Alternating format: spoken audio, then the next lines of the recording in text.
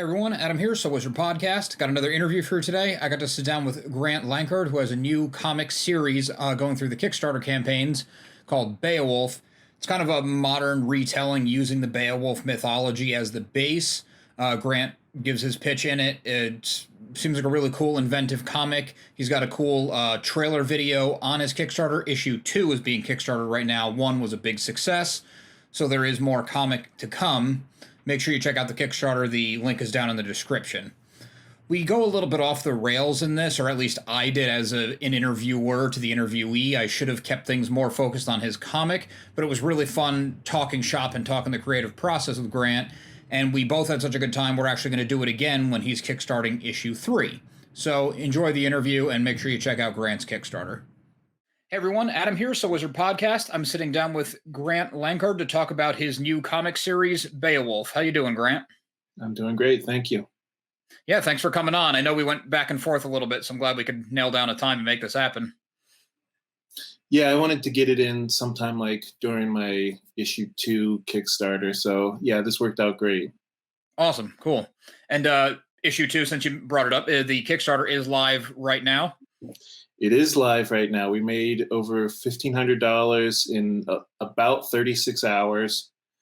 Our goal is 2,000, so I'm hoping to make that in under 48 hours. So I have till about 9:30, so we'll see if I can do that or not. All right, cool. And I'm guessing since you're doing a Kickstarter for issue 2, your one for issue 1 went well. Issue 1 went great. I'm hoping to do more than issue 1. I mean, I think you always want to do more. Yeah, issue 1 was super successful. I made about $3,500, which for a first time Kickstarter is great. I would like to bump that up to like maybe 4,000, maybe 4,500, because if I can hit that, this is maybe something that I could think about doing without a day job. You know what I mean? Yeah, that would be nice. Yeah, I mean, unfortunately, not too many people are able to do that. But I mean, who knows? Yeah, you just got to keep swinging, right? Exactly. Is Beowulf your first comic series? So I've been in a few anthologies. But yeah, I even organized one anthology. But yeah, Beowulf is my first regular ongoing comic book series. Awesome. And what is your, how much of it, I'm trying to phrase the question. I don't mean it to sound reductive, but or do you write it and draw it and color it and letter it, or you kind of have a team together? So my friend Antonio Brandão, who's a Portuguese artist, he helps me out with it. He draws it. He does the pencils. I do the inks, the colors, and the letters, and of course I write it. Wow. Okay. So we also have an editor named Jason Snyder, and my brother proofreads it for me. Family's nice like that, right? Yeah, really. Do you have him proofread script and final product, or you just take the input on the final product? Mostly on the final product. He's really good at stuff like grammar and typos and stuff like that. He's not as great on the creative end, so that's what we have the editor for. Okay. So you kind of handle the full story structure, and then he just makes sure it's technically and the English is correct. Yeah, exactly. Awesome. And your writing method, do you do the like the traditional comic book script where you write the panel, the actions, the dialogue per panel, and you hand it off to your artist? So I draw everything out. I don't sit down and at a typewriter and write stuff. I draw it out, like the full word balloons and stuff. And that was something that I talked to my penciler about beforehand. I was like, I don't want you to feel like I'm stepping on your toes here. The main reason why I do it like that is I can't kind of wrap my head around how a comic book page is going to look if I'm just writing it out. You know what I mean? I need to, like, little things like, sometimes you have 3 panels on a page and it looks like it's too much, but other times you have 6 panels on a page and it doesn't look overstuffed. And that's something that I would need to talk to other comic book writers about. I don't know how, if you're just writing a script, you would know stuff like that. Yeah, that is an interesting thing you bring up because I've been talking to a lot of other comic creators. I do it myself, and it's always a cool to hear other people's processes because it's like there is a traditional way, and even if you do that, everyone kind of has their own take on even that. Yeah. So I think you're not alone in that boat where everybody is kind of probably feeling a variation of the same thing. They just go about it a different way. Now, do you write and draw your stuff, or do you just write? I do the writing and then I hand it off to a friend who does the layouts and the pencils and inks. Then I color and letter. And we're always collaborating on the story and stuff. It's like a good 50-50. But I don't even write it in the comic format. I write it like a TV script. We write it like a sitcom. Oh, okay. Yeah. So there's a lot of adapting. So you must trust your friend who does the art a lot because you're giving them a lot of power. Yeah, and we kind of had talks about that in the beginning where I asked him if he preferred if I would write it out like page 1, panel 1, put these people in it, have them doing this, make them say that. And he thinks laying it out is the really fun part. And the way he kind of does it, he's like, I just read the script as if it's a TV episode. I picture it playing in my head, and then I draw the key storyboard moments for the comic. Yeah. So sorry, I didn't mean to make it about me, but no, I asked, so I was curious. So far we're about halfway through issue 3, and usually when I lay things out and I send it to Antonio, whatever he gives me back is kind of in the ballpark of what I sent. There are little things changed. And I would say whatever he sends back usually looks better than what I had. So far there haven't been very many arguments.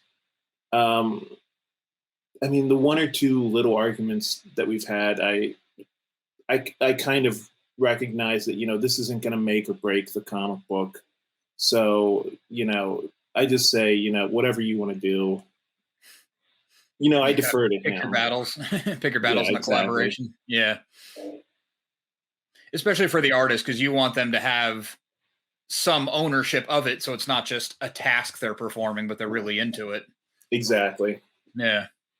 It's always interesting to see how it comes out because we've never come up something where I pass the script off and then I get stuff back and I'm like, what is he thinking? It always enhances it. So maybe just because we've known each other for so long and it's working out that way, or I don't know, but yeah, and I've noticed like little things that Antonio does end up making it look better.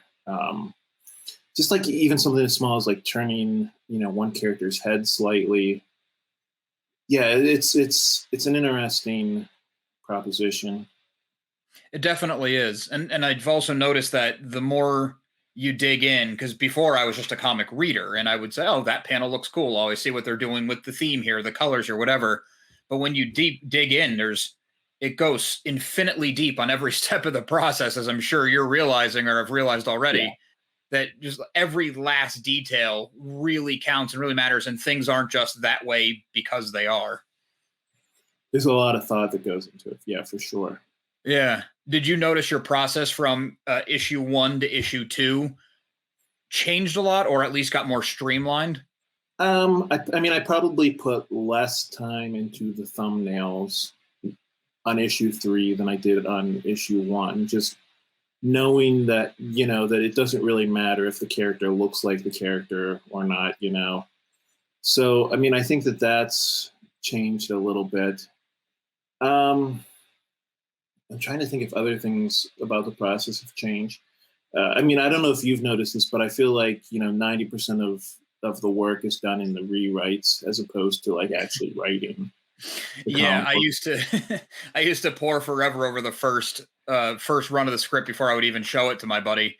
and I would do like 5 variations on it. And now it's like, get the story down, revise it one time to trim the fat, because we're just going to rewrite all the jokes anyway. So Yeah. yeah, Yeah. that does save a lot of time to not rewrite it 5 times before you're finally going. Yeah. How do you go about doing story edits if you're thumbnailing everything? If you want to tweak something mid-page, do you have to toss the page and re-thumbnail it? Well, I do everything in Photoshop, so Okay.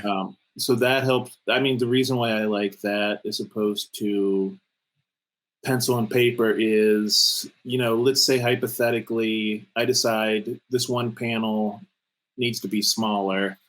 I can just select it and then shrink it, as opposed to having to redraw, either sit there with an eraser or just redraw the whole page. So that makes a lot of sense. Yeah. so do you do your dialogue before you before the art comes back, or do you kind of figure the dialogue out afterwards? Have it written, or you mean do the actual dialogue on the page with the bubbles? Well, do you have like the dialogue written? Yeah, we have all the dialogue written. It changes a lot, and sometimes we'll add in jokes, or sometimes we'll realize we're saying a joke that when he draws it, we can make it visual, which is a lot more interesting for a comic book. Yeah. And he's really good at finding those cartoon moments to really make it a cartoon, because we kind of do it in the vein of the 90s, like Nicktoons and stuff. Yeah. So I'll get too wordy sometimes, and then we're like, well, why have him say it when we could just have his face do this? And it's much funnier that way. But yeah, we do generally have the dialogue written, and then I'll try to pare it down if it's too big in a panel. Our first few issues, it was like a struggle to cram the boxes or the bubbles in without stepping all over the artwork, but we're kind of figuring it out. Yeah, I know some writers don't write the dialogue until after they get the art back. And I never understood how you do that. First of all, that seems like it would be so hard if you're the artist to be, drawing facial expressions. If you're drawing somebody talking, how do you know what facial expression to give them if you don't know what they're saying? That style of writing.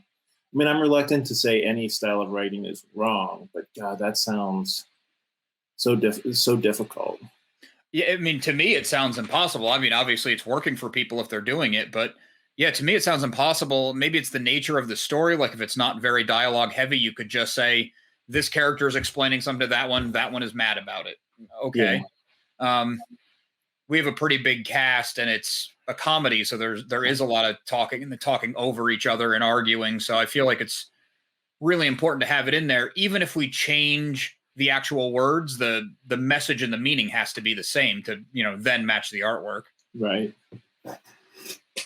So you do all of your dialogue in your thumbnails right on the page. Yeah. I mean, like I said, I do it in Photoshop, so it's relatively easy for me to just kind of write something next to it. And then if I change my mind, I can just delete that and write something new. That's true. Yeah. I didn't remember. Yeah. Does that help your penciler keep the frames so you can fit the bubbles without stepping on the artwork? I think it does help him, and I think he doesn't mind. At least if he does mind, he hasn't told me yet. But I mean, I think it is in his head. It's kind of eliminating work for him, and it's one step in the process that he can kind of maybe not necessarily skip, but kind of like at least some of the work is done for him. And I've always been very vocal with him, like, if you don't think that this is the right way to do this page, let me know your ideas. We should talk about it, Yeah. That's good that you open that channel. Probably goes a long way. Yeah, I think you're right. We kind of dabbled with maybe laying out, like he'll do the penciling. He also does it in Photoshop because we're on opposite coasts of the country. So it's just easier to exchange files that way. And we talked about maybe once he does the pencils, then I'll go through and letter the whole thing as if it's done, because you can always just hide the layer. And that way we don't have to worry about backgrounds behind it or this or that. But then we thought that might make us kind of lazy. So Oh, really? we were worried if we were putting a bubble and then not really spending any time with what's behind it, if the bubble was smaller or shifted, or, it would leave weird gaps, we thought. So we just kind of do it how we have, where we do full panels, full backgrounds, full color, then just throw it on top. Now that's interesting too, because I mean, so because I'm the writer slash inker slash colorist slash letterer, there have been times where, Antonio laid something out and I'm like, I don't know if there's enough room for the word balloon here. So I kind of shrink it up a little bit. But, if you're working for Marvel or in DC, I don't think the letterer has that power. No, I couldn't imagine they do. So that's another thing. Like, to me, that puts another really big wrinkle into this whole thing. If, the artist draws like a really complicated panel and there just isn't room for the word balloons, what do you do in that situation? We have run into that. Me personally, we have run into that a couple times early on, especially where we're figuring things out. Part of it was I need to pare down my dialogue. I can be too wordy. And part of it was I would tell them, like, if we have to expand this conversation between 6 characters, instead of having it in 2 panels, make it 4 panels, make it a page. Like, if we go to 24 instead of 23 pages, we don't have to answer to anybody. It doesn't matter. So right. We've kind of been figuring it out better, and we still fall into it where we'll have a page where the top 4 panels are like a bubble or 2, and then like 8 at the end, and it's like, oh. Yeah, but I mean, I guess that's what I'm saying. It's nice to be independent where you can make those kind of decisions, whereas like if you're working for Marvel or DC or even like Dynamite or whatever comic book publisher, I don't know if you necessarily have the power to say, oh, we'll just make this comic book 24 pages instead of 23 pages. I would think the big guys, at least Marvel and DC, is like they have the page count, they have the dialogue locked in, they have every description, and probably very, very little changes as they're doing the actual art and lettering process. Just a guess. Yeah. So so you were saying like a lot of times when you draw out the word bubbles, you actually specifically kind of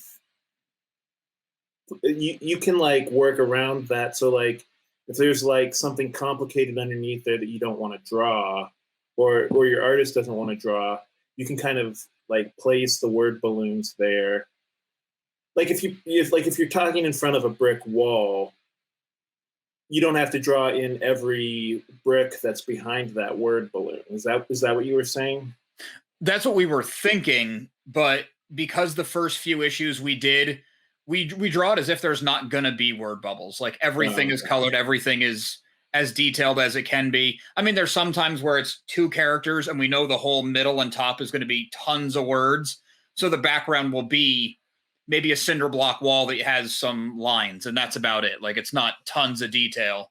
But yeah, we've never left a spot out because we knew there'd be a bubble, even though we think we probably can, but we're new. So yeah, it makes sense.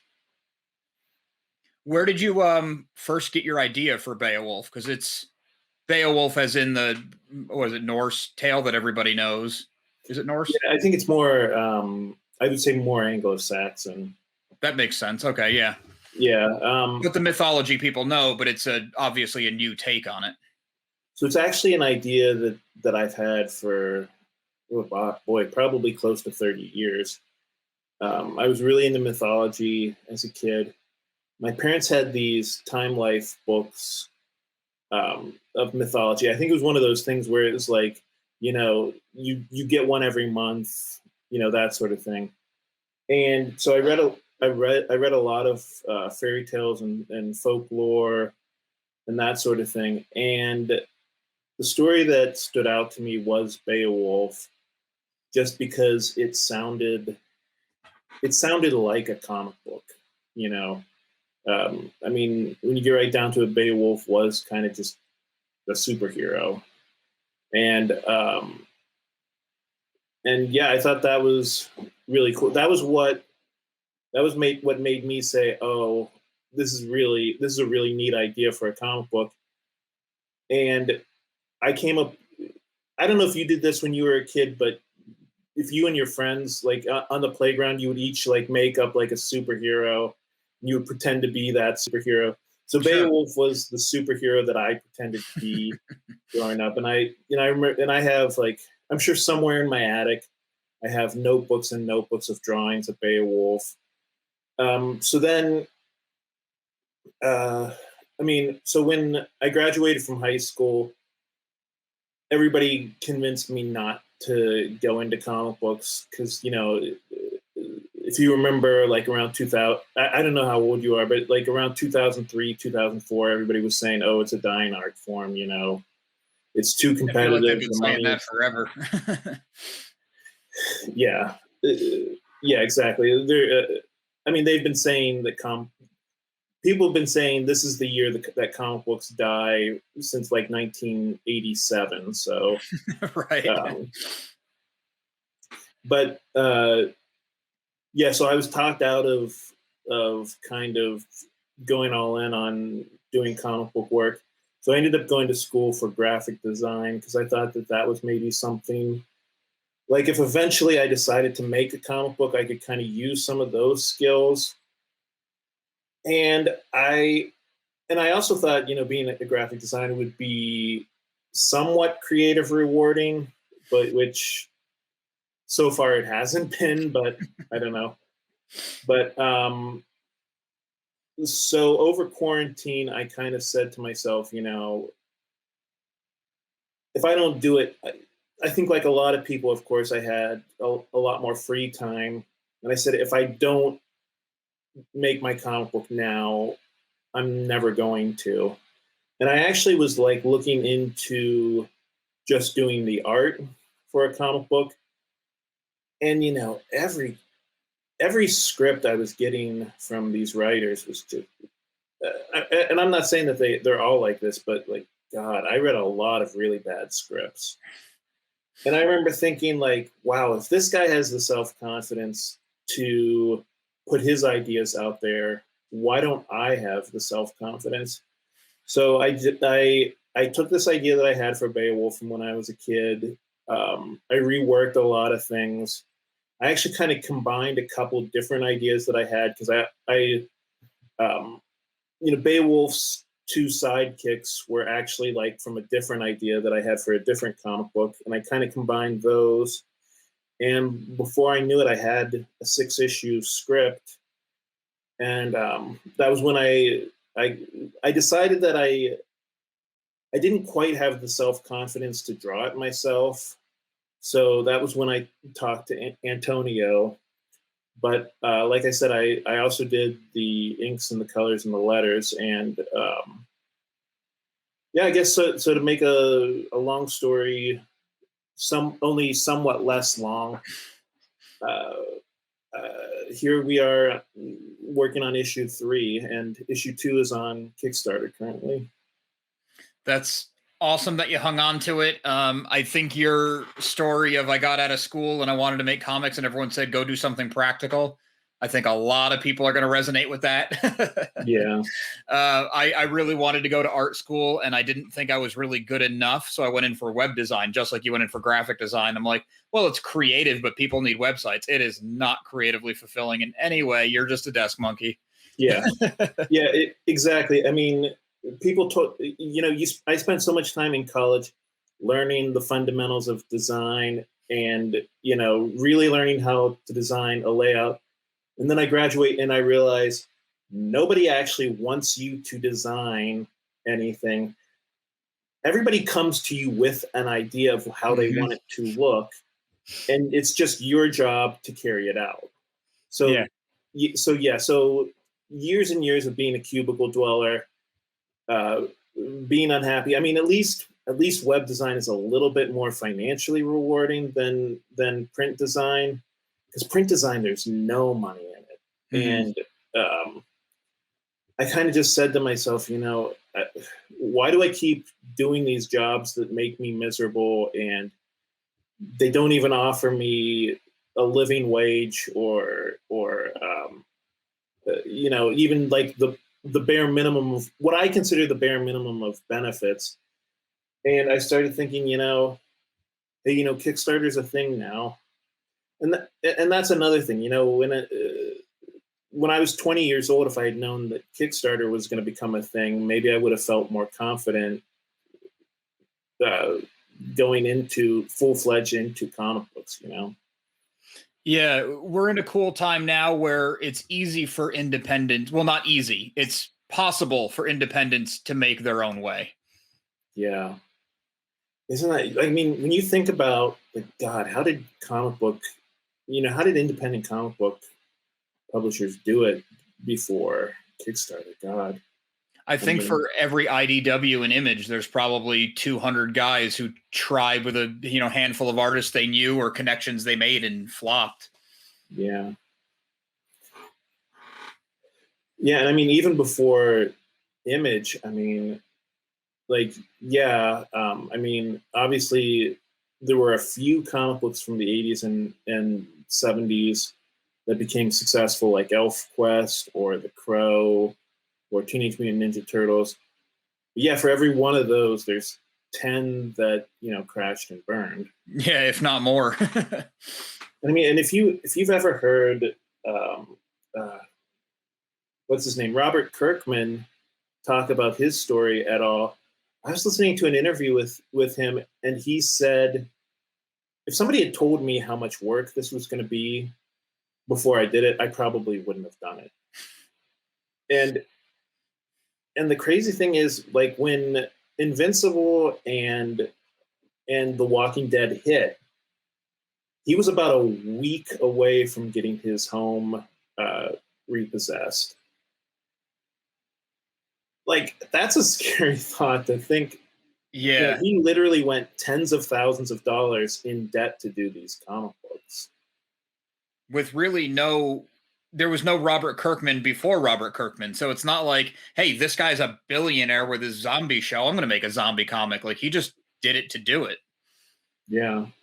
I think that's actually a big takeaway for people listening who are making their own comic or want to, is like, you have to make it for you first. Yeah. Don't get into it expecting you're going to get an Amazon Prime deal and, private jet money in a toy line. You got to do it because you want to do it. Right. And so, yeah, I mean, we talked about Beowulf. Obviously there was no formula with Beowulf. I mean, it was an idea that I had as a kid. And so, yeah, and a lot of personal stuff went into Beowulf. Like, for instance, the cat that's in the comic book. I have a copy here. This cat, he's based on my real life cat, Mooney. I watched the trailer you made for your Kickstarter. Right.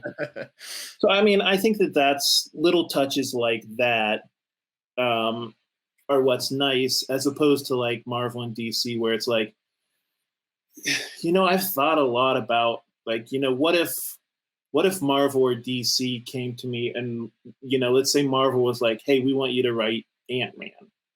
And it's like, well, I don't have any emotional attachment to Ant-Man. Like, should I just take that paycheck? And I'm sure a lot of the writers at Marvel and DC don't have any emotional attachment to the characters that they're writing. Like I said, as opposed to me, who, I'm straight up writing a comic book about my cat. Yeah, it's that thing where the thing that sets you apart from everybody else is your unique voice and your unique experiences. So why would you not channel that into your work? Because if you just made another Superman clone, what is left to say about Superman? And I mean, honestly, looking at a lot of these comic books on Kickstarter, a lot of them are that. Yeah, I don't know. Yeah, there are a lot of I don't know if I call it hate scrolling through Kickstarter. I look at all the comic books that I'm jealous of. Oh, no, I don't get in any of that. You don't do that? It's a dangerous place. No. Oh, you're a much better person than I am. I go through Kickstarter. Someone else's book. Like, I'm not, if your Kickstarter is very successful, I don't see that man, why wasn't that my Kickstarter? I see that as that's awesome. He got his thing going. I hope one day I can get my thing going. Like, there's room for everybody in comics. Good for you. Good for you. You're a much better person than I am, because I definitely go through Kickstarter and I'm like, oh my God, why is this comic book making $10,000? Like, and yeah, a lot of the comic books on Kickstarter, I'm not going to lie to you. I mean, I do think independent comic books do have a lot more uniqueness and a lot more heart to them, but there are the Kickstarter formulas, it seems. Like the one formula I've seen a lot is combining something cute and cuddly with like a horror. Like you see a lot of those, like it'll be like Army of Darkness meets the Muppets. And a lot of those Kickstarters make a lot of money. I don't know. So far, I haven't tried doing that, but it could be like I always read things on like maybe Kindle publishing. Cause I was, we're on Comixology. I want to get on Comixology Unlimited. So I was reading about how that whole thing runs. And I guess for the book side of it, a lot of people will look at, here's the top seller on Kindle, and then they will just spend 3 months crafting something to fit that formula to try to jump in on the sales. Yeah. Which if they can make it work, great for them. They don't have to hold down a 9 to 5 or whatever, but that seems really hard to force the creativity. Yeah. Yeah. I think like I said, you seem like you're a lot more easygoing than I am, because you're just like, if you can make it work. Whereas I'm like, ugh. I'm like, God. Well, the way I see it is books. Muppets meets Army Dead. If that makes $10,000 and I don't see the appeal in it, that doesn't necessarily mean that no one's going to read my comic that has nothing to do with either of those things. Yeah, fair enough. I remember I posted something on Twitter one day, like just as a joke. I said, my next comic book is going to be Zombies Invade Wonderland. And I said it as a joke, and there were people going like, oh man, that sounds really cool, Grant. Yeah, I can hardly wait for that. And I was like, oh God, does that mean now I have to write that? Yeah, I don't know, maybe just stop hate scrolling. Yeah, you might feel better. I can see your frustration. I understand what you're saying. I just there's too much work to make the book. I got to focus on that. And then I got to figure, I'd rather look at how Muppets meets Army of Darkness made 10 grand. What was their marketing strategy? What podcasts did they get on? Like, who are they talking to about this? Yeah, like I said, I think that's a lot more productive. Yeah. Just, reverse engineer rather than hate. Right. So when you got your book going and everything, did you know it was going to be Kickstarter from the get-go? So no, I went into it with the old model of doing this in mind, which I talk to a lot of people now. I'm sure you get it too. People emailing you saying like, hey, how did you get a successful comic book? And a lot of these people are going off of the old model of you write and draw a comic book, then you shop it around to publishers, and then if they like it, they'll give you X amount of dollars. And the thing is, I'm not necessarily saying that that's a bad idea, but I think it's a little bit out of date. I don't know how many first-time writers or artists are getting publishing deals from comic book publishers. I mean, if they are, the other thing you have to think is, even if you get a publisher, that's still no guarantee that it's going to be, that's no guarantee that the publisher is going to take the time to market your comic book and market it successfully. And there's no guarantee that your comic book isn't just going to get buried, in the back of comic book stores. Basically what I'm saying is you're still going to have to take the time to promote your comic book the same as you would if you were self-publishing it. Mm-hmm. So why not just self-publish it? That's kind of the mentality we had too, is like, we're not a name in comics. We're not a name in anything creative. No one knows who we are. Let's do it ourselves because we can. We don't have any delusions that this is going to be, you know, the next Walking Dead or anything. I wouldn't say no, but we didn't go into that with the plan. We just hope people enjoy it. So we're just trying to get the word out best we can. We wish we were doing better at that, but our mentality is kind of like, we set ourselves a schedule. We have to do this as if we had 10 million people knocking on our door waiting for the next issue. Right. So that's kind of the mentality we take, and it's fun to do, and it helps me stay in contact with the friends. There's all sorts of benefits to it. So yeah, I mean, the good thing is, if I had known how much work was going to go into marketing, I probably wouldn't have even started working on this comic book. Oh man, yeah, don't let that scare you off.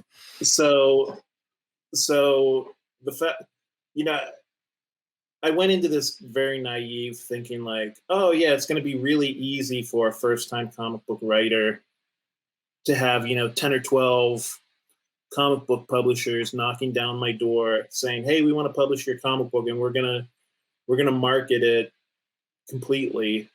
But those cases are very, very few and far between. And yeah, that's not going to happen. No offense to your book or anything. It looks great. But just for anybody, no one's going to come looking for you. There's too much out there. Right. And I mean, and I've heard, I think it was the editor-in-chief of Mad Cave. Somebody asked him, how would you like for us to submit our comic books to you? And his answer was, we don't want you to submit your comic books to us. If you're doing a really good comic book, we will come to you. And I think that's kind of been my mentality. My goal is to eventually be doing, an image quality comic book, so that, Image will call me up on the phone and say, hey, we've noticed what's going on with your comic book. I mean, I'm not saying the Beowulf is there yet, but, maybe one day. Yeah, I know exactly what you're saying, because we were kind of feeling the same thing, where it's like, we want people to read it. We hope they do. We're going to keep going regardless. But instead of cold calling places, which in advance that they hate cold calling, they don't want you to approach them and drop a self-printed issue in their lap. Let's get as far as we can get until someone can help take us to the next level if we get there. Or if we're doing so good, we don't need them to take us to the next level. Let's just get to the next level. So do you get a lot of emails or messages on Instagram or Twitter or whatever from people who are like, okay, so you did this. How do I do that as well? I wish we had that problem. Oh, really? Yeah, we're still very quiet. People still don't really know who we are. I am terrible at marketing. I'm doing what I can. I set up social media posts. I think I have them post every other day. Like, I schedule them, a few weeks out and keep that going. We set up a mailing list on our site for people who did buy it. We sent an email at the beginning of the next month letting them know the new issue's out. But it's only our own website. It's only our own social medias, and neither of us are really active on social media personally. Yeah. I didn't even have social media accounts personally. I shut them all down and had to reactivate them for the comic. So we really dug ourselves into a hole marketing wise. Yeah. I mean, and I don't know how old you are. I'm 35. Okay. Yeah. I'm 40. So I was going to say we're probably around the same age. Pretty close. I mean, I was graduated from high school before social media became a thing. Yeah. So I really had no idea. I mean, that was the biggest learning process for me, learning how big of a deal social media is. Oh, it's huge. I've known it was huge. I just don't know how to do it. That's part of it for me. I mean, I don't have any advice for you other than just do it, Just keep posting. Keep posting. Keep following people. Eventually, they'll start following you back. And if they don't, screw them. Well. I mean, I found, you have to follow. I think I figured out one time, for every 7 people you follow, one of them will follow you back. So yeah, so I just sit there like follow. I follow. I'm definitely more likely to. I'm not saying that I just follow everybody, but I am definitely more likely to follow somebody than not follow them. And you keep it relevant, like artists, other comic creators, that kind of thing. Yeah. Yeah. Yeah, I mean, you don't want to just randomly follow people, but I look for people who are interested in comic books that would maybe be similar to Beowulf, that sort of thing, and then you just send them like a message like, "Hey, how's it going?" Stuff like that. Yeah, I've been trying. The whole marketing thing's on my plate because my buddy who does the art has like the most intense job ever. And he's got a lot going on in his personal life. So I just try to keep him as focused as I can on actually just drawing the book. But it's the social media thing is a full-time job in itself. I mean, that's the really hard thing. I mean, like I said, I was out of work for most of the quarantine. So that's really helped. But like you said, I mean, drawing these comic books, that's a full-time job. That's a full-time job and a half. Yep. I mean, writing the comic book is probably a part-time job. That's probably the easiest thing is to write it. Isn't that funny? Who would have ever guessed that that's like that? You're probably right. That's probably the thing out of all of this that I've spent the least amount of time on. Yeah. Well, when you think about, I mean, and you're drawing thumbnails for your writing process too, which takes even longer than just pecking away at a keyboard. Yeah. So who would have guessed that? Yeah, I never would have. I thought coloring a page would be like, oh, what's it, like an hour and a half per page? Not a big deal. We're doing the issue we're working on right now is like 14 kids playing football in a snowstorm. It's 6 hours per page just to color it. Oh, geez. And that's after he's already drawn it, inked it, and then I have to go and letter it.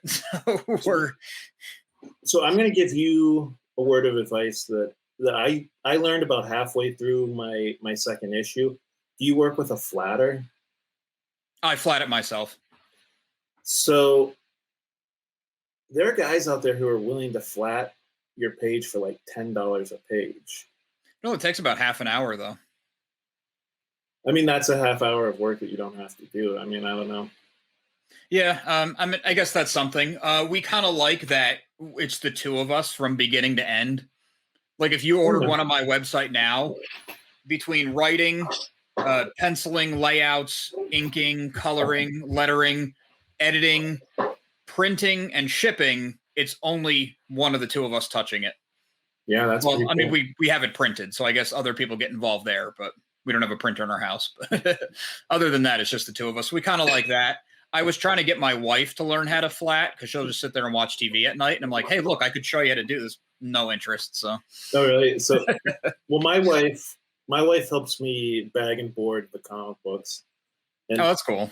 And she helps me because, like you said, like just when we're sitting around watching TV, you have to shove the backing board in the bag, then you have to shove the comic book in, then you have to put it in the little Gemini printer.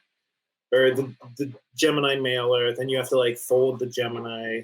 So yeah, we have like a whole assembly line with or we had one with Beowulf #1 where it's just like, okay, hand me the comic book when you're done with it. Now I'll fold the Gemini. And like I said, it was fun because we could just sit around and watch TV while we. Yeah, it's a mindless task. You're not really paying attention to it too much. You're just doing your thing. Yeah, that's when I do a lot of coloring because it's kind of meditative. So like we'll put TV on at night and I got my tablet on my lap and see, that's interesting. See, I don't find coloring meditative. I find inking meditative, but I don't find coloring. I don't think I have the skills for inking. So oh, really? No. Yeah, I wish I can't. When we first started hanging out, me and my friend Mike, who does the comic with me, I liked to draw. We met when we were 14, so we've known each other a long time. Oh, that's awesome. And I would spend hours drawing, trying to mimic his style. And you could never put my drawing next to his and get confused as to who did what, but it got passable. But then if you stop for like 6 months, I lost all of it. And I only learned how to color for the comic because we actually had an artist who was going to color it. And then he said, you know what? This comic is really personal to you guys. Why don't I teach you how to color a comic?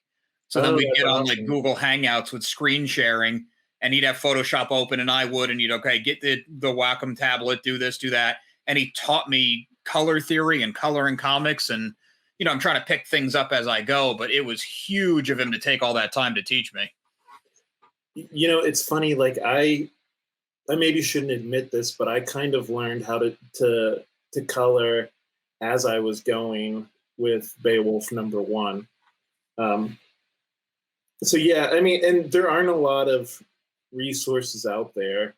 I mean, there's a handful of YouTube videos, but I don't think that there isn't a, you know, how to draw the Marvel way, but for colorist. You know what I mean? Yeah, I'm actually working on sending you a link right now. Here's a private chat thing on this window. Neat. It's the guy's name is Kurt. I forget his last name. He actually does a live stream on YouTube a lot too, where he gives a lot of tips. But I bought his whole lesson plan on coloring, and I think I've only done like 10% of it, and I love how it comes out. So I'm sure there's a lot more to learn in there, but this guy's really good, and he had a really digestible way of explaining it. Plus, he gives you like brush packs and stuff in there. Yeah, so I have seen this guy. This guy has a YouTube channel, right? Yep. I recognize the little orange icon because I have seen a couple of his videos. You know, like there's so many different things. There's so many different textures to color, and like, I mean, it would be almost impossible to make a tutorial on how to color all of it. And I remember while I was coloring Beowulf #1, I was sitting there thinking like, oh God, why did I make the main villain a dragon? It's so hard to color fire. And and I was like, oh my God, almost every page has fire on it. What was I thinking? Do you find it's one of those things though, where once you crack it, you're like, oh, that's how I do fire. I like how it looks, and you got your process. Exactly. Yeah. But you know, like fire is difficult, smoke is difficult. What else? Clouds aren't as hard, but clouds can be a little. Water is a totally different texture, and so like every time I found like a new thing that I had to color for the first time, I would like run to my comic books and be like, okay, which one of these comic books has water in it? I need to figure out how to color water. Yeah, I'll do the reference thing a lot too. I think I made it easier on myself just by the nature of our comic. It is so much like it looks like a Saturday morning cartoon. So to color water, it has to be water enough that you're like, oh, that's water, but it's not this like kind of translucent living organism thing. It's blue, you know? Right. So I maybe it's a little bit of a cheat, but well, I don't want to eat up your entire day. That was really fun though, talking shop and everything. We should definitely do it again, I would say. Yeah. But just to keep it back on the rails or get it back on the rails a little bit, everyone should go and check out Beowulf issue 2 Kickstarter. When's it live until? It is live until July 1st. Okay, so I'll get this up as soon as possible so people can check that out. And it seems like you're doing good so far, so that's good. We'll keep the ball rolling. Do you want me to talk a little bit about like what the comic book is about? Just like maybe my elevator pitch, or I don't know. I'm sorry. Yeah, we should have done that up in the beginning. Yeah. No, that's okay. I'm horrible. Once I get like, I have complete tunnel vision, and that's not always good when you're trying to promote something. Yeah, I kind of got lost talking shop, and I should have kept it on track more. But yeah, go for it. No. So Beowulf is the story of Hazel. Hazel is a teenage girl living in suburbia who discovers that her cat, Mooney, is the reincarnation of an 8th century wizard. They both have simultaneous visions of a dragon waking after a 1,000-year nap. And it is Mooney's idea to track down the legendary dragon slayer Beowulf, who unfortunately has been reincarnated as an unemployed slacker, like in his early 30s. So a lot of the comic book deals with them getting this reincarnation of Beowulf, who's named Victor, into shape so that he can fight this dragon. Sounds fun. It's definitely a cool take on the mythology. I always love mythology, so doing reimaginings I always appreciate because it keeps it alive. Right. And it does a lot of the work for you if you're a writer, you know? That's true too. You do have the kind of skeleton there, and you just got to put your own twist on it. Exactly. Grant, I really appreciate it again. I would love to do this again, but we can schedule that, off air. Yeah, maybe for issue 3, right? Absolutely, yeah, definitely. Yeah, and I do a newsletter. If you go to my website and sign, my website's monarchpublishing.net. If you'd like to be in the newsletter, I can send you some questions to answer. Oh yeah, that'd be amazing. Thank you. Do you also want to give people your socials? Yeah, so I'm Grant Lankard, spelled just like it is on the screen there. I'm the only Grant Lankard on Facebook. On Twitter and Instagram, I'm GW Lankard. And as I said, my website is monarchpublishing.net. Very cool. Well, Grant, thanks again for taking the time. Good luck with everything. It sounds like it's going good. So awesome. Thanks so much, Adam. This was fun. Definitely. I'd like to thank Grant one more time for coming on the show to talk to me about Beowulf, creating comics, the whole Kickstarter process, everything we went into. It was a really interesting conversation, and I can't wait to do it again, which we will be doing in probably about another month or so for Kickstarter of his issue 3. Once again, his Kickstarter is live right now. Link down in the description. Check it out. We got a lot more interviews, more new movie coverage coming your way, so make sure you like and subscribe to the channel. Also, make sure you listen to Subwizard Podcast every single week, wherever you get your podcasts. Subwizard Podcast can be found on Patreon, where for as little as $1 a month, you get multiple monthly bonus shows for it. SubwizardPodcast.com is your resource for recommendations, reviews, merchandise, videos, and more. We love hearing feedback. Drop something in the comments. Leave us something on social media. All the accounts can be found after the show and in the show notes. And on a more personal note, a good friend and I released a comic book at the beginning of this year. It's an ongoing series called Social Studies. It's a slice-of-life comedy comic about the high school experience, all the ridiculousness and drama that goes with it. And we kind of write it like a sitcom and then distort all of that through the prism of the 90s cartoons that we grew up on and love. 6 issues out now. Get them digital, get them in print, get them on Comixology. Got another one coming to wrap up Chapter 1, then we're going to put them together in a trade and jump into Chapter 2, so definitely stay tuned. Check it out, socialstudiescomic.com. Thanks.